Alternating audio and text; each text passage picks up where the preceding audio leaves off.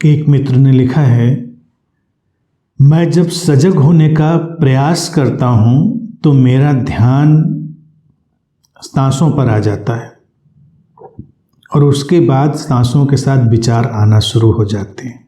कृपया मार्गदर्शन करें। ये बातें इसलिए उठती हैं क्योंकि हम सजगता के बारे में कई तरह की फिलॉसफी पढ़ लेते हैं, सुन लेते हैं। सजगता की कोई बात होती है तो लोग यही कहेंगे, सांसों पर ध्यान दो, सांसों के प्रति सजग हो, अपने विचारों के प्रति सजग हो। तो तुमने दोनों बातों को जोड़ लिया।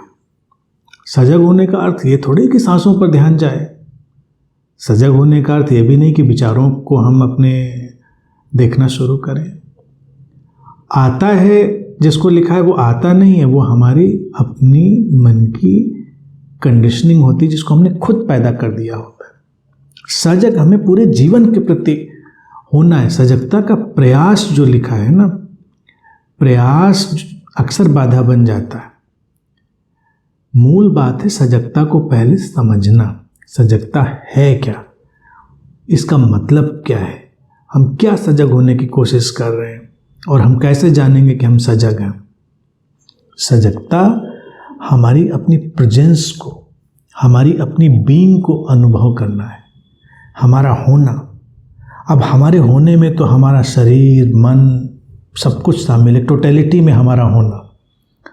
तो अपने इस बीइंग को, अपनी प्रेजेंस को हम बस महसूस करना प्रारंभ करते हैं और इसमें प्रयास नहीं है, बड़े निष्प्रयास ढंग से वो हमारी पकड़ में आती है क्योंकि वो है, हमेशा है, वो कहीं अलग थलग तो है नहीं। उसमें सांसें भी शामिल हैं, उसमें हमारा शरीर, हमारा मन, हमारे विचार, भाव सब कुछ शामिल है हमारे होने में। तो किसी एक बात की तरफ जाने के बजाय हम अपने पूरे होने की तरफ अपने आप को लौटाते हैं। सजगता का अभिप्राय यही होगा। सजगता का अर्थ हम रोशनी की तरह देखें, जैसे सब आलोकित होता है, हमारा होना रोशन हो, प्रकाशित हो।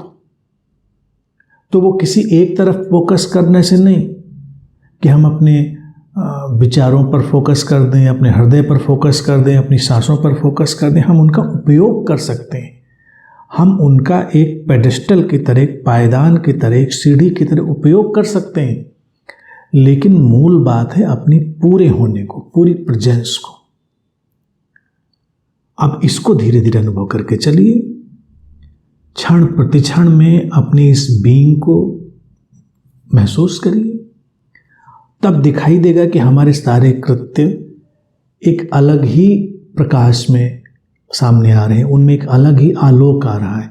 हमारा बोलना, हमारा सुनना, उठना बैठना, खाना पीना सब उसमें आ जाएगा, उस प्रेजेंस में। बोलते समय, सुनते समय कैसे सजग रहेंगे?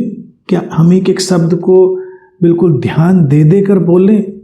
नहीं, अपनी प्रेजेंस में डूबे हुए बोलिए। अपनी प्रेजेंस को, अपनी उपस्थिति को, अपनी बीइंग को अनुभव करते हुए बोलिए। अपने को विस्मृत मत करिए, अपने पूरे होने को। उस सेल्फ रिमेम्बरिंग में, उस आत्मस्मरण में बने रहने से पूरा जीवन सजगता के आलोक से भरता है।